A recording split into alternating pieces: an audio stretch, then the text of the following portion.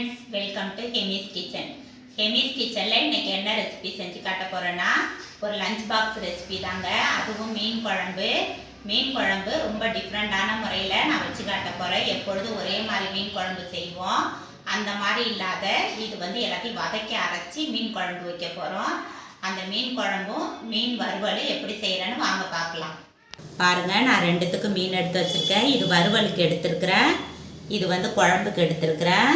இது சங்கரா மீன், அதுக்கப்புறம் கிளி மீன் அப்படின்னு கலந்து கொடுத்தாங்க. அதனால் இதை க்ளீன் பண்ணி வச்சுருக்கேன், மஞ்சத்தூள்லாம் போட்டு கழுவிட்டு வச்சுருக்கேன்.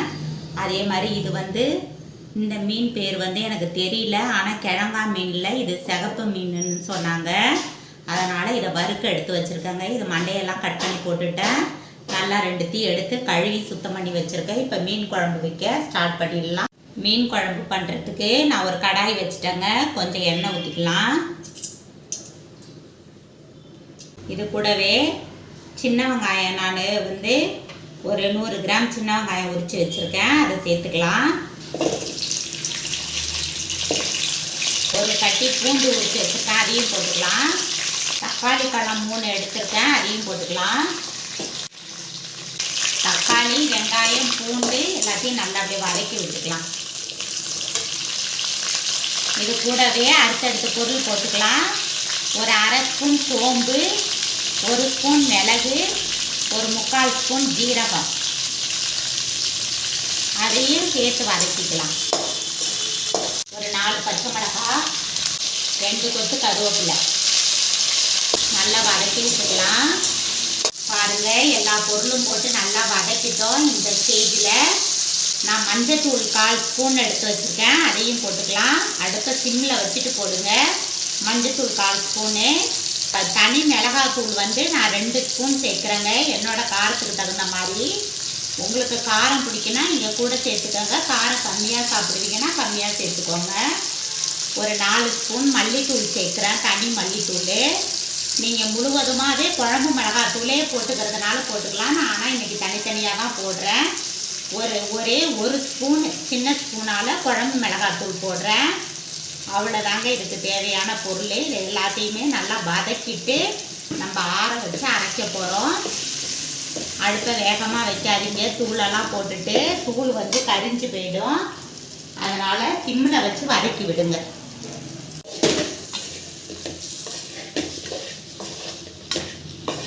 பாருங்க, மசாலாலாம் இந்த எண்ணெயில் நல்லா வதக்கிட்டோம். இதை நல்லா இதை ஆற வச்சுட்டு நம்ம பேஸ்ட்டாக அரைச்சிட்டு வர போகிறோம். அவ்வளோதாங்க, நான் அடுப்பை ஆஃப் பண்ணிட்டேன். இப்போ இதை ஆற வச்சு அரைச்சிக்கலாம். மீன் குழம்பு பண்ணுறதுக்கு ஒரு கடாய் வச்சுட்டேங்க. நம்ம மசாலாலாம் ஆற வச்சு நல்லா நைஸாக அரைச்சிட்டோம். இப்போ எண்ணெய் ஊற்றிக்கலாம். தாளிக்க கொஞ்சம் வெந்தயம் சேர்த்துக்கலாம், 2 சீரகம் சேர்த்துக்கலாம், கொஞ்சோண்டு கடுகு சேர்த்துக்கலாம், சும்மா ஒரு 5-6 மிளகு சேர்த்துக்கலாங்க. நல்லாயிருக்கும் டிஃப்ரெண்டாக. நான் ஒரு 4-5 சின்ன வெங்காயம் வெட்டி வச்சுருக்கேன், அதையும் போட்டுக்கலாம். போட்டு நல்லா வதக்கி விட்டுக்கலாம். பாருங்கள், வெங்காயம் நல்லா பொரிஞ்சிருச்சு. இந்த ஸ்டேஜில் ஒரு 4 கொத்து கருவேப்பிலை உருவி போட்டுக்கலாம். கருவேப்பிலை நல்லா பொரிஞ்சிருச்சு. நம்ம இப்போ அரைச்சி வச்ச மசாலாவை இதுக்குள்ளே சேர்த்துக்கலாம்.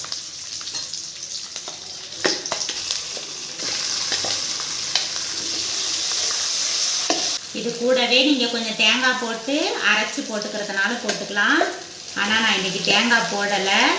நான் லாஸ்ட்டாக தான் கொஞ்சோண்டு தேங்காய் பால் ஊற்ற போகிறேன். அப்போ குழம்பு இன்னும் டேஸ்ட்டாக இருக்குங்க. நல்லா இந்த மசாலாவை இந்த எண்ணெயிலேயே வதக்கிடுங்க. ஏற்கனவே வதக்கி அரைச்ச மசாலா தான்.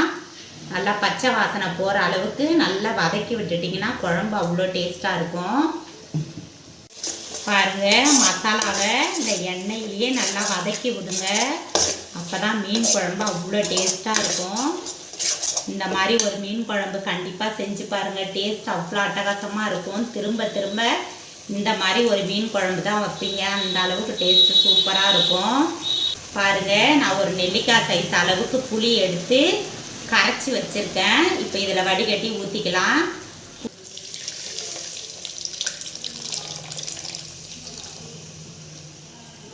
பாருங்கள், புளியெல்லாம் கரைச்சி ஊற்றியாச்சு, குழம்புக்கு தேவையான தண்ணியும் வச்சாச்சு. இப்போ நம்ம குழம்புக்கு தேவையான உப்பையும் போட்டுக்கலாங்க.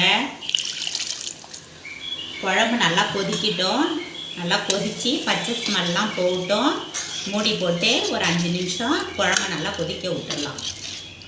நான் பச்சை மிளகாய் போட மறந்துட்டேன். ஒரு 5 பச்சை மிளகாய் எடுத்து வச்சுருக்கேன். அதையும் இந்த ஸ்டேஜில் போட்டுக்கலாம்.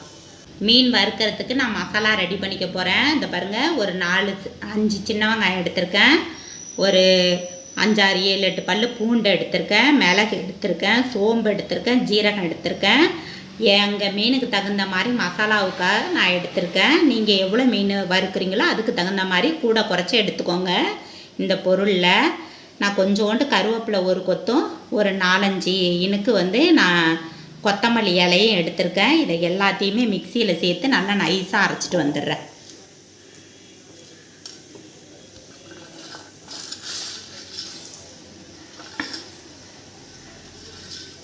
இது கூடவே ஒரு 1/4 ஸ்பூன் மஞ்சத்தூள் போட்டுக்கலாம்.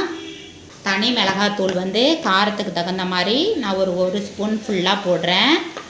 சும்மா ஒரு ஸ்பூன் பொட்டுக்கடலை போடுறேன். அது ஈவனாக பைண்ட் ஆகிறதுக்காக தான்.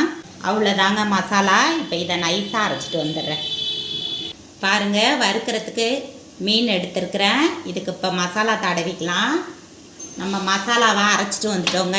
இப்போ எல்லா மசாலாவையும் இது கூட தடவிக்கலாம். கரெக்டாக இருக்கும். நான் எடுத்த மசாலா அப்படியே மீன் மேலே தடவி விட்டுக்கலாம். எல்லா மசாலாவையும் மசாலாவை தடவிட்டு நல்லா ஒரு 1/2 மணி நேரம் ஊற வச்சுட்டு அதுக்கப்புறம் நம்ம வறுத்தோம்னா நல்லா டேஸ்ட்டாக இருக்குங்க. இந்த மீனுக்கு தேவையான உப்பையும் போட்டு நல்லா மிக்ஸ் பண்ணி விட்டுக்கலாம். கொஞ்சம் மசாலா நல்லா ஒட்டி பிடிச்சாதாங்க நல்லாயிருக்கும் மீன் வறுவல் சாப்பிட்றதுக்கு. சும்மா தனி மிளகாத்தூளும் மஞ்சத்தூளும் போட்டு வறுத்தாலாம் அந்தளவுக்கு டேஸ்ட்டு வராது. இந்த மாதிரி மசாலாவை நல்லா அரைச்சிட்டு போடுங்க, அவ்வளோ டேஸ்ட்டு சூப்பராக இருக்கும். பாருங்கள், நல்லா மசாலா தடவிட்டோம். இப்போ கொஞ்சோண்டு லெமன் மட்டும் புளிஞ்சிக்கலாங்க. லெமன் புளியும் போது தான் அந்த புளிப்பு சுவையில் அந்த சுவையை இன்னும் தூக்கி கொடுக்கும் வறுவலுக்கு. லெமன் போட்டு நல்லா மிக்ஸ் பண்ணி விட்டுறலாம். ஒரே ஒரு ஸ்பூன் எண்ணெய் ஊற்றிக்கலாம். ஒரு ஸ்பூன் எண்ணெய் மட்டும் போட்டுக்கலாம்.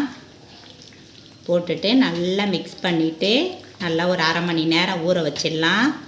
ஊற வச்சுட்டு அதுக்கப்புறம் நம்ம எண்ணெயில் போட்டு பொரிச்சு எடுக்கிறதுனால பண்ணலாம். இல்லைன்னா தோசைக்கல்லில் போட்டு நீங்கள் ஃப்ரை பண்ணி கூட எடுக்கலாம். மீன் மசாலா தடவி மூடி வச்சிடலாம். பாருங்கள், நான் தேங்காய் 1/4 மூடிக்கும் கம்மியாக தான் எடுத்திருக்கேன். இதை அப்படியே நம்ம ஒரு மிக்சி ஜாரில் சேர்த்து பால் திக்காக எடுத்து நம்ம மீன் குழம்புல ஊற்ற போகிறோங்க. டேஸ்ட் அவ்வளோ சூப்பராக இருக்கும். இப்போ இதை நான் அரைச்சிட்டு வந்துடுறேன். பாருங்கள், மீன் குழம்பு நல்லா கொதிச்சுக்கிட்டு இருக்கு. நல்லா எண்ணெய் பிரிஞ்சு மேலே வந்திருக்கு பாருங்கள். இந்த ஸ்டேஜில் இப்போ நம்ம மீனை போட்டுக்கலாம்.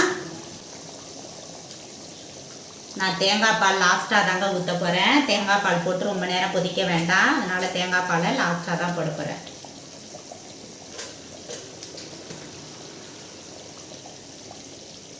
பாருங்கள், மீன் போட்டுட்டேன். மீன் போட்டு ஒரே ஒரு கொதி வரட்டும். அப்புறம் நம்ம தேங்காய் பால் ஊற்றிக்கலாம்.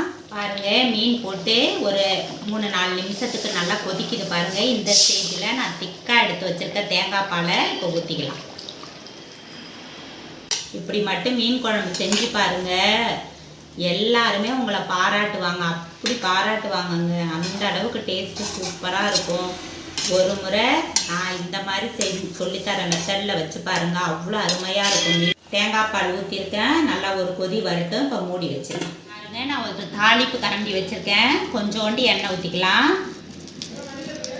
தாளிப்பு வடகை நான் ஒரு 1/2 ஸ்பூன் போட்டிருக்கேன். இப்போ இதை எடுத்து நம்ம அப்படியே மீன் குழம்புல கொட்டிடலாங்க. இதை தாளித்து கொட்டும் போது அவ்வளோ டேஸ்ட்டு சூப்பராக இருக்கும். பாருங்கள், மீன் குழம்பு நல்லா கொதிச்சுக்கிட்டு இருக்கு. இந்த ஸ்டேஜில் நம்ம இந்த தாளிப்பு வடகத்தை இதில் கொட்டிடலாம். பாருங்கள், தாளிப்பு வடகம் கொட்டியாச்சு. குழம்பு நல்லா கொதிச்சிட்ருக்கு. குழம்பு ரெடி ஆகிடுச்சு. அவ்வளோதாங்க மீன் குழம்பு. அவ்வளோ டேஸ்ட் அட்டகாசமாக இருக்கும். இந்த மாதிரி ஒரு மீன் குழம்பு வச்சு சாப்பிட்டு பாருங்கள். சாப்பிட்டு பார்த்துட்டு எப்படி இருக்குன்னு மறக்காமல் கமெண்ட்ஸில் சொல்லுங்கள். நம்ம சேனலை இப்போ தான் முத பார்க்குறீங்கன்னா சப்ஸ்கிரைப் பண்ண மறந்துடாதீங்க. பக்கத்தில் இருக்கிற பெல் பட்டனையும் கிளிக் பண்ணிடுங்க. அப்போ தான் நான் போடுற ஒவ்வொரு வீடியோ உடனே வரும். தேங்க்யூ. இப்போ நான் ஒரு தவா வச்சுருக்கேன். மீனை வந்து ஃப்ரை பண்ணிக்கலாம். எண்ணெய் ஊற்றிக்கலாம்.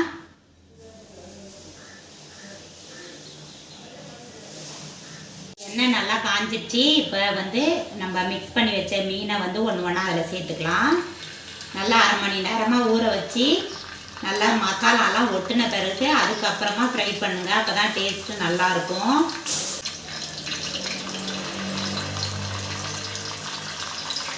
எந்த மீன் வாங்கினாலும் இதே மசாலா போட்டு மீன் வறுத்து பாருங்கள். உங்கள் டேஸ்ட்டு அட்டகாசமாக இருக்குங்க.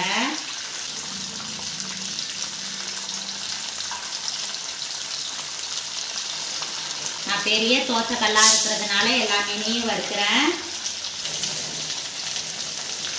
அவ்வளோதாங்க, எல்லா மீனையும் வச்சுட்டேன் தோசைக்கல்ல.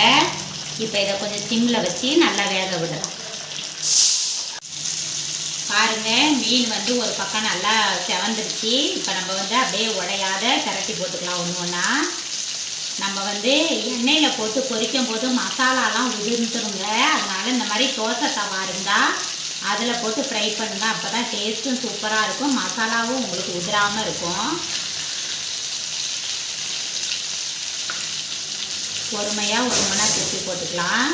பாருங்க, எல்லா மீனையும் திரட்டி போட்டாச்சு. இப்போ இது மேலே ஒரு 2 கொத்து கருவேப்பிலை தூவிக்கலாம்.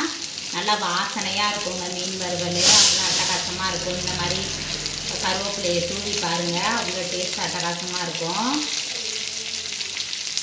சிம்மிலேயே இருந்து வேகட்டும். பாருங்கள், மீனெல்லாம் நல்லா ஃப்ரை ஆகிடுச்சு. 2 பக்கமும் நல்லா கோல்டன் ப்ரௌன் கலர் வரணுங்க. அந்த அளவுக்கு வறுத்து எடுங்க. அப்போ தான் நல்லா டேஸ்ட்டு சூப்பராக இருக்கும். இப்போ நம்ம மீனை எடுத்துக்கலாம். ஏற்கனவே நான் மீனை எடுத்துட்டேன். எல்லா மீனையும் அப்படியே எடுத்துக்கலாம். பாருங்கள், இந்த மாதிரி வறுக்கணும். அப்போ தான் சாப்பிட்றதுக்கு நல்லாயிருக்கும்.